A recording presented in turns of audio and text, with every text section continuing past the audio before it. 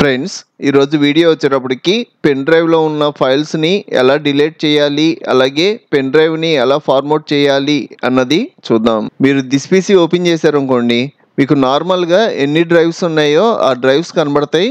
అదే మీరు pen drive connect చేశారు అంటే ఒక అడిషనల్ డ్రైవ్ ఆటోమేటిక్గా యాడ్ అవుద్ది.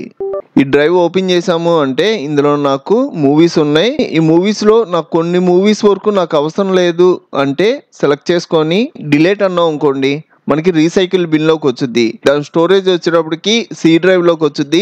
నాకు అసలు నా ల్యాప్టాప్లో కానీ పీసీలో కానీ ఈ మూవీస్ అసలు ఉండకూడదు, పర్మనెంట్గా డిలీట్ అవ్వాలి అంటే షిఫ్ట్ డిలీట్ యూస్ చేశారనుకోండి, మనకి పర్మనెంట్గా డిలీట్ అయిపోతాయి. పర్మనెంట్గా డిలీట్ చేయమంటారా అని అడుగుతుంది. ఎస్ అంటున్నా. ఇప్పుడు మీరు రీసైకిల్ బిన్లోకి వెళ్ళి చూసినా మీకు ఆ ఫైల్స్ కనబడవు. ఇక్కడ ఉన్న ఫైల్స్ అన్ని డిలీట్ అయిపోవాలి అంటే కంట్రోల్ ఏ అన్నాము అంటే మొత్తం సెలెక్ట్ అవుతాయి. షిఫ్ట్ డిలీట్ అన్నాము అంటే డిలీట్ అయిపోతాయి. ఇలా కాదు, నాకు ఈ పెన్ డ్రైవ్ ఫార్మాట్ అవ్వాలి అంటే పెన్ డ్రైవ్ మీద రైట్ క్లిక్ చేసాము అంటే ఇక్కడ ఫార్మాట్ అని ఉంటుంది, దీని మీద క్లిక్ చేయండి. ఇక్కడైతే నేను ఏ సెట్టింగ్స్ మార్చట్లేదు. మీకు పెన్ డ్రైవ్లో ఎక్కువ స్టోరేజ్ ఫైల్స్ ఉన్నాయి అనుకోండి, ఆ టైంలో క్విక్ ఫార్మాట్ యూస్ చేయండి.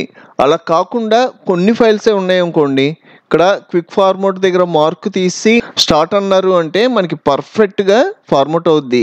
మనకు ఒక్కొక్కసారి క్విక్ ఫార్మాట్లో ఎర్రర్ వచ్చే అవకాశం ఉంది. నెక్స్ట్ టైం మీరు పెన్ డ్రైవ్ ఓపెన్ చేసినా ఓపెన్ అవ్వకపోవచ్చు. అప్పుడు మళ్ళీ మీరు క్విక్ ఫార్మాట్ దగ్గర మార్క్ తీసి ఫార్మాట్ చేయాల్సి వస్తుంది. నాకైతే ఎక్కువ జీబీఏ ఉంది, క్విక్ ఫార్మాట్ దగ్గర మార్క్ పెట్టి స్టార్ట్ అంటున్నా. ఇక్కడ ఒక వార్నింగ్ మెసేజ్ వచ్చింది, పెన్ డ్రైవ్లో ఉన్న డేటా అంతా ఎరేజ్ అయిపోద్దంట.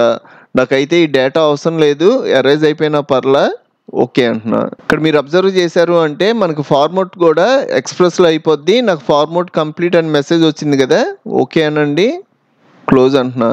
ఇప్పుడు మీరు పెన్ డ్రైవ్లోకి వెళ్ళి చూసినా మనకి ఫైల్స్ అన్నీ ఎరేజ్ అయిపోయి ఉంటాయి. చూస్తారు కదా ఫ్రెండ్స్, ఈ వీడియో మీకు హెల్ప్ అయితే ఒక లైక్ చేయండి. మీకు ఇంకా చాలా కంప్యూటర్ ట్యుటోరియల్స్ కావాలి అంటే ఇప్పుడు మీరు చూస్తున్న వీడియో పైన కంప్యూటర్ ట్యుటోరియల్స్ ప్లేలిస్ట్ లింక్ ఇచ్చాను, ఇక్కడ క్లిక్ చేసి అన్ని ట్యుటోరియల్స్ చూడండి. అలాగే మన ఛానల్లో మనకి బాగా యూజ్ అయ్యే చాలా సాఫ్ట్వేర్లు ఫుల్ కోర్సులు చెప్పాను, ఒకసారి మన ఛానల్కి వెళ్ళి చెక్ చేయండి. ఇంకో మంచి వీడియోతో మళ్ళీ కలుద్దాం.